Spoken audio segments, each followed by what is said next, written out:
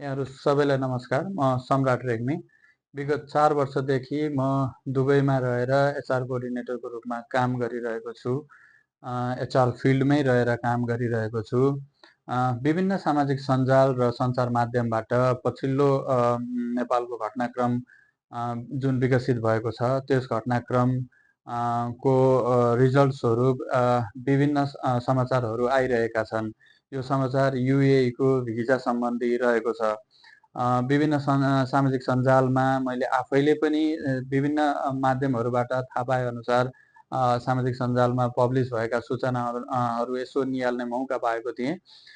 तिनी सामाजिक सञ्जालहरूमा युएई का लागि नेपालका जति पनि भिजाहरू छन् तिनी सबै ब्यान्ड भए भन्ने खालको समाचारहरू सामाजिक सञ्जाल मार्फत धेरै नै फैलिरहेका छन्।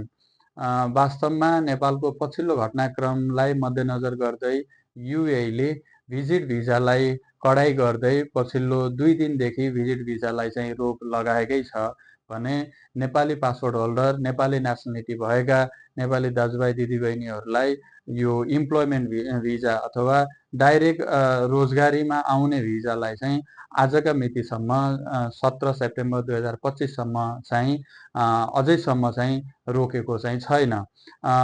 जति पनि नेपाली दाजुभाइ दिदीबहिनीहरूले नेपालमा बसेर एप्लाई गरिराख्नु भएको छ अथवा युएई आएर आफ्नो उद्देश्य पुरा गर्ने अथवा युएईमा आएर काम गर्ने सोच बनाइराख्नु भएका छ, उहाँहरूलाई चाहिँ यो सूचना दिनका लागि मैले यो भिडियो चाहिँ आज बनाएको हुँ।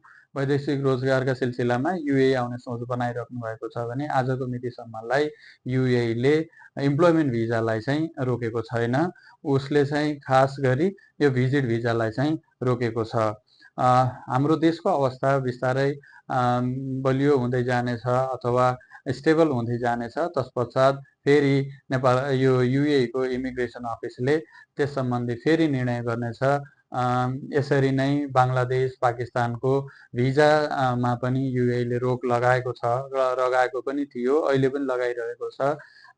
विभिन्न देशमा हुने घटनाक्रमलाई यहाँको सरकारले चाहिँ निकै नजिकबाट निहालिरहेको हुन्छ, त्यसैको उपज हुन सक्छ नेपालीलाई चाहिँ भिजिट भिजामा अहिले रोक लगाएको छ। तर इम्प्लोइमेन्ट भिजालाई चाहिँ आजका मितिसम्म चाहिँ रोक लगाएको छैन। युएईले नेपालको भिजालाई गर्ने अपडेट अथवा नेपालको भिजामाथि दिने अपडेट चाहिँ म निरन्तर रूपमा यहाँहरूमा पस्किरहनेछु। नयाँ अपडेट केही आउँदा बित्तिकै म यहाँहरूमा सेयर गर्ने नै छु।